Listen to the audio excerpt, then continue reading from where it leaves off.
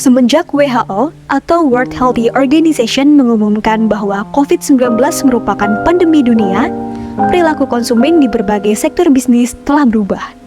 Konsumen menjadi sangat berhati-hati untuk melakukan konsumsi dan berusaha untuk menjaga diri serta keluarga mereka untuk tetap bertahan di situasi ini. Hal ini juga berdampak pada salah satu perusahaan yang bergerak di bidang fashion, yakni perusahaan Zara, yang mana menyebabkan perusahaan Zara menutup 1.200 toko mereka di tahun 2021. Lalu bagaimana PR menyelesaikannya?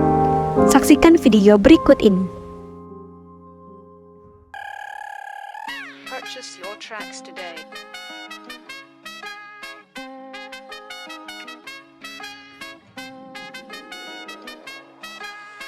Fernanda heard of this.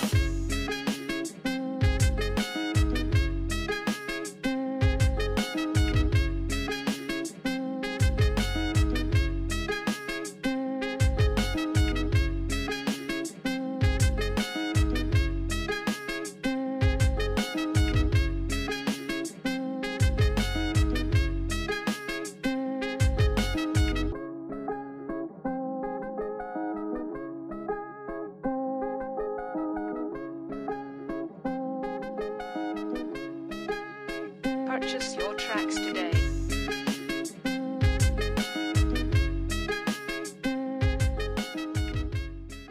Halo semuanya, terima kasih telah berkumpul. Seperti yang kita ketahui, perusahaan Zara Fashion ini mengalami krisis yang signifikan akibat COVID-19. Bagaimana langkah-langkah yang akan kita ambil untuk mengatasi situasi ini? Hai semuanya, emang krisis ini memberikan dampak yang cukup besar buat brand fashion yang ada, termasuk di Zara sendiri. Itu dampaknya emang besar banget karena si COVID-19 ini. Udah gitu kita juga udah nyiapin sebuah selangkah atau solusi singkat atau bisa diambil buat jangka panjang juga sih kalau memang COVID ini berkelanjutan. Kita itu mengoptimalkan sama memanfaatkan e-commerce yang kita punya. Betul, kita juga sudah meningkatkan kampanye digital dan juga telah berfokus pada pemasaran online untuk tetap terhubung dengan masyarakat dan pelanggan kita. Selain itu, kita juga memanfaatkan media sosial dan juga media lainnya seperti platform influencer untuk memperluas jangkauan bisnis kita. Bagus, komunikasi eksternal juga penting dalam situasi saat ini. Kita perlu memberikan informasi yang jelas dan akurat kepada pelanggan dan juga pemangku kepentingan lainnya mengenai langkah-langkah yang kita ambil untuk menjaga keberlangsungan bisnis Zara Fashion. Setuju, kami juga udah nyusun komunikasi yang tepat untuk memastikan bahwa pelanggan dan pemangku kepentingan itu mengerti bahwa keselamatan serta kesehatan merupakan prioritas bagi kita juga. Selain itu, kita juga memanfaatkan hubungan baik dengan masyarakat dan juga media untuk menyampaikan pesan kita kepada audiens yang lebih luas. Nah, melalui wawancara dan juga liputan pers tadi, kita dapat menginformasikan upaya Zara Fashion dalam menjaga karyawan dan pelanggan tetap aman. Tentu, upaya kita dalam menjaga kesejahteraan karyawan kita juga perlu dilakukan. Kita telah mengimplementasikan protokol kesehatan dan kebersihan yang akan di seluruh toko dan pusat distribusi kita untuk memastikan lingkungan aman bagi karyawan yang berada. Benar, kita juga udah meluncurkan program CSR yang fokus kita itu untuk membantu komunitas yang terdampak COVID-19. Terus kita juga buat ngebantunya itu kita melalui donasi serta bantuan finansial, dan juga kita memberikan dukungan kepada mereka yang terdampak COVID-19 ini.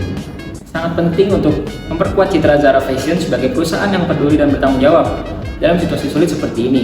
Nah, dalam situasi sulit seperti ini itu, solidaritas dan juga kontribusi positif kita itu sangat penting untuk membangun kepercayaan dan juga membantu dukungan pelanggan oleh masyarakat juga. Saya setuju, krisis ini memang menguji kita sebagai perusahaan, tetapi dengan kerjasama dan kreativitas kita, saya yakin kita akan bisa melewati masa sulit ini dan pulih dengan baik. Saya juga berterima kasih atas upaya serta dedikasi kalian. Semoga kita dapat beradaptasi dengan cepat atas perubahan yang telah terjadi, serta kita tetap berkolaborasi secara bersama-sama untuk menciptakan masa depan yang lebih indah lagi. Terima kasih. Oke, halo semuanya, terima kasih atas hadirnya dalam rapat kali ini. Jadi agenda rapat kali ini adalah membahas tentang strategi rancangan yang sudah tim PR diskusikan kemarin. Untuk tim PR sekalian, silakan boleh dipaparkan yang sudah dibahas dari rapat kemarin. Baik.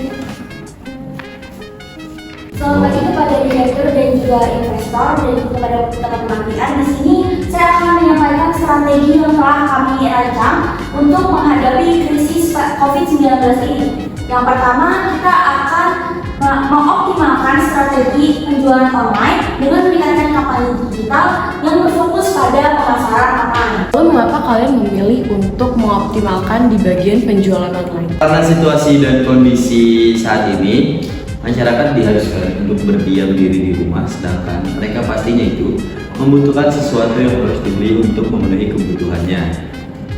Maka dari itu, pastinya mereka memilih untuk belanja online karena hal itu juga memudahkan pekerjaan mereka. Lalu langkah apa saja akan kalian lakukan untuk mengoptimalkan penjualan online tersebut? Nah, dari catatan saya di sini itu, nantinya kami akan memanfaatkan media sosial dikarenakan masyarakat saat ini tentunya memiliki media sosial dan juga kita memanfaatkan pekerjaan mereka sebagai platform influencer untuk memperluas jangkauan kita dengan masyarakat.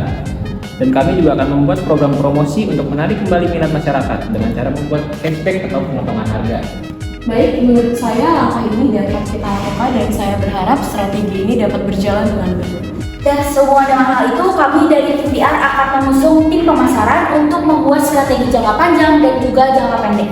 Oke, terima kasih untuk rapat kali ini. Terima kasih juga untuk teman-teman yang sudah berpartisipasi dalam rapat kali ini. Mari kita bekerja sama untuk menangani krisis yang ada pada saat ini. Oke, rapat kali ini saya selesaikan. Kalian boleh kembali ke pekerjaan masing-masing.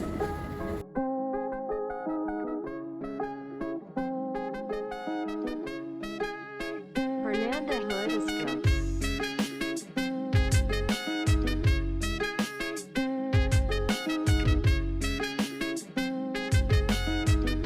Bagaimana untuk program jangka pendek saat ini kita fokuskan untuk membantu sumber daya mereka guna membantu melawan pandemi COVID-19.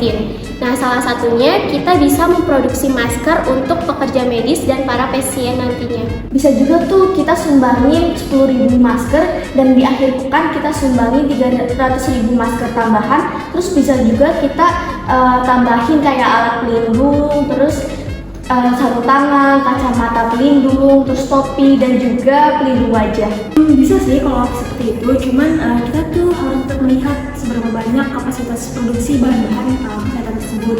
Dan juga kita harus melibatkan para ahli dari manufaktur ilmu tekstil tersebut. Untuk program jangka menengah, bagaimana jika Zara mengadakan program cashback 100.000, terus program hemat hingga 25% dengan Fiesta Point, lalu program cicilan 0% yang hanya bisa digunakan dengan kartu mandiri. Nah, bisa tuh, selain program yang telah disebutkan tadi, kita juga bisa membuat strategi gerak cepat dan tanggap. Kemudian kita harus bisa berani mematok harga tanpa diskon. Begitulah rangkaian video bagaimana perusahaan Zara melakukan komunikasi mengenai strategi rancangan untuk menghadapi krisis. Berbagai rancangan dan program dilakukan agar Zara Fashion bisa terus berkembang di tengah pandemi COVID-19. Dengan harapan agar strategi rancangan dan program-program yang telah ditentukan bisa mengatasi krisis tersebut. Kita rancang dengan menciptakan atmosfer khusus yang akan memberikan senang kepada para konsumen nantinya. Nah, karena program ini tuh diawasi ketat oleh kantor pusat yang di Spanyol. Jadi ada kerjasama dengan pihak ketiga seperti pihak perbankan.